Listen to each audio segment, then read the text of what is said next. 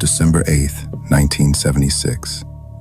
Inside a funhouse at an amusement park called The Pike in Long Beach, California, a television crew is trying to get a shot. The show is The $6 Million Man, one of the biggest programs on television at the time. The funhouse is a place built for cheap thrills, a dark ride packed with ghouls and skeletons, and hanging bodies meant to lurch out of the shadows as your cart rattles past. And one of those bodies is in the way. It hangs from a set of gallows, a man-sized figure painted a glowing orange, just another gruesome dummy in a place full of them. A crew member reaches up to move it. He takes it by the arm. The arm comes off in his hand. For half a second, it reads as nothing, a cheap prop breaking the way cheap props do. But this is not paper mache, and it is not wax. Where the arm has separated, there is a clean cross-section of something the human eye recognizes instantly and does not want to. Bone, dried tissue, the shrunken, hardened inside of a real human limb. The dummy is not a dummy, it is a corpse. A genuine human body, mummified, painted, and hung up in the dark. And for years, families had ridden past it in the rattling carts, screaming and laughing, with no idea that the figure looming over them had once had a name and a heartbeat. Nobody working at the Pike knows who he is. Nobody has known for a very long time. It is going to take a corroded penny, a ticket stub, and one of the most famous coroners in America to give this man his name back. And when the name finally comes, it will belong to someone who died 65 years earlier in a different America, in a barn, at the wrong end of a posse. His name is Elmer McCurdy, and the long road that ended with him hanging in that funhouse began with a life that failed at almost everything it ever tried. Welcome back to Minority Struggles. It's been a long time since I uploaded a new video. Where are you watching from, and what time is it there? I really appreciate you guys for being here. Now, let's continue with the case of Elmer McCurdy. Elmer McCurdy was born in 1880 in Maine. His start was hard and tangled. He came into the world to an unmarried mother at a time when that carried a heavy shame, and he was raised inside a web of family arrangements built to hide the truth of his birth. As a boy, he was given one story about who his parents were. Later, he was handed a different one. A childhood built on a secret has a way of leaving a person unsteady, and Elmer grew up restless and searching for something he could never quite name. He did, for a while, have an honest path. He trained as a plumber and worked with his hands, but the work was seasonal and thin. Drink took hold of him, and steady employment slipped through his fingers. He drifted west. He spent time in the army, and it was there, in the service, that he was introduced to the one material that would define both his brief criminal career and his impossibly long afterlife: nitroglycerin, the volatile explosive that safecrackers use to blow open locked steel. His actual training with it was almost nothing, a brief exposure, no real mastery. But somewhere along the way, Elmer McCurdy decided he was a professional, a skilled operator, a man who could open any safe and take whatever was inside. Nearly everything that happened next would prove him wrong. The first real test came in March of 1911 on a train belonging to the Iron Mountain and Missouri Pacific Line. McCurdy and his partners stopped the train and made their way to the safe. This was the moment his supposed expertise was meant to pay off. He packed a charge of nitroglycerin against the safe door, and then he used far, far too much of it. The blast did not neatly pop the door. It tore through the safe with such force that it destroyed the very thing they had come for.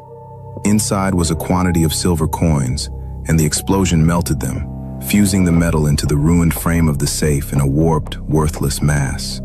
McCurdy and his men were reduced to scraping and prying at melted silver, trying to salvage a fortune they had just cooked. They walked away with a fraction of what had been sitting there minutes before.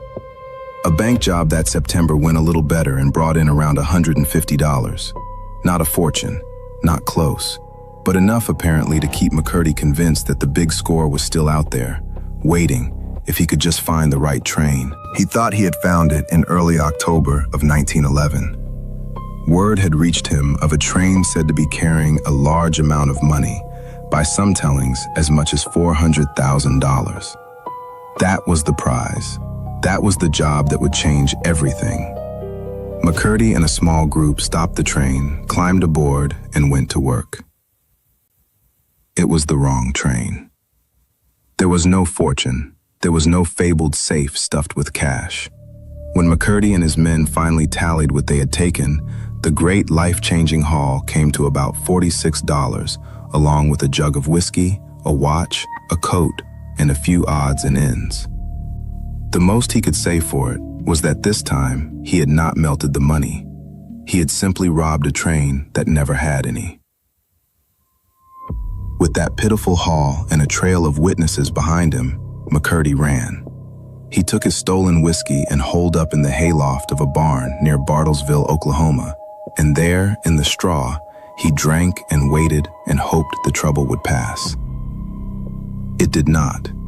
Word of where he was hiding got out, and in the pre-dawn hours of the 7th of October, 1911, a posse rode out and surrounded the barn. They called for him to come out and give himself up. Elmer McCurdy, who had failed at nearly everything, refused to fail at this one last thing. He would not surrender. Instead, he opened fire from the loft, and the men outside fired back. And what followed was a gun battle in the dark and the early light that is said to have gone on for about an hour. One man against a ring of rifles, trading shots over a jug of whiskey and $46. It ended the only way it could. A bullet caught McCurdy in the chest, and he died there in the hay. He was 31 years old. In life, he had wanted to be somebody, a professional, a name people knew. He had died instead as a small-time bandit shot in a barn over almost nothing. And that is where his story should have ended. It is where nearly everyone's does. But Elmer McCurdy was about to become one of the strangest exceptions in American history, because the most remarkable part of his life had not even started yet. His body was taken to a funeral home in the town of Pawhuska, Oklahoma. An undertaker there prepared it for burial the way bodies were prepared in that era, embalming it with a fluid loaded with arsenic. Arsenic is a poison. It is also, it turns out, a powerful preservative, and in McCurdy's case, it worked with an almost unnatural thoroughness. His body did not soften and break down the way the dead usually do. It dried, it tightened, it hardened into a kind of leather over bone. Elmer McCurdy mummified, slowly turning into something that would outlast everyone who had known him.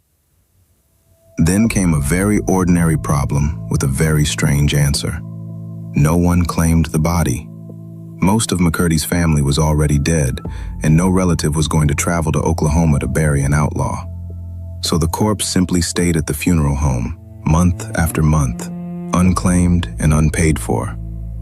And the undertaker, looking at this perfectly preserved dead bandit, had an idea that would set the tone for the next 65 years. He stood the body upright in a corner, dressed it, propped a rifle in its hands, and started charging people to come and see it. He called the attraction something like, "The Bandit Who Would Not Give Up." As the story is told, visitors would place a coin in the dead man's mouth as the price of a look, and the undertaker would fish the coins back out at the end of the day. Elmer McCurdy, who had chased money his whole life and never caught it, had finally become a reliable earner. He was drawing paying crowds. He was, at last, a success. He was also, of course, dead. For a few years, McCurdy stayed put, a roadside curiosity in a small Oklahoma town. Then, around 1916, two men arrived at the funeral home with a story. They said they were his long-lost relatives, come at last to take poor Elmer home and give him the proper burial he deserved. They were lying. They were not family. They were carnival promoters, and they had no intention of burying anyone. They took the body, and instead of a grave, they gave McCurdy the road. From that point on, the mummified outlaw became a traveling exhibit, and he stayed one in various hands for the better part of the century. He was bought and sold, he was rented out, he was traded between carnivals and sideshows and passed along whenever an owner tired of him or needed cash. Through the 1920s, the 30s, the 40s, and beyond, Elmer McCurdy toured a country that had no memory of the barn near Bartlesville. He was displayed at an attraction near Mount Rushmore. He turned up at a wax museum in the world of Hollywood. He was used as a grim prop in cheap films.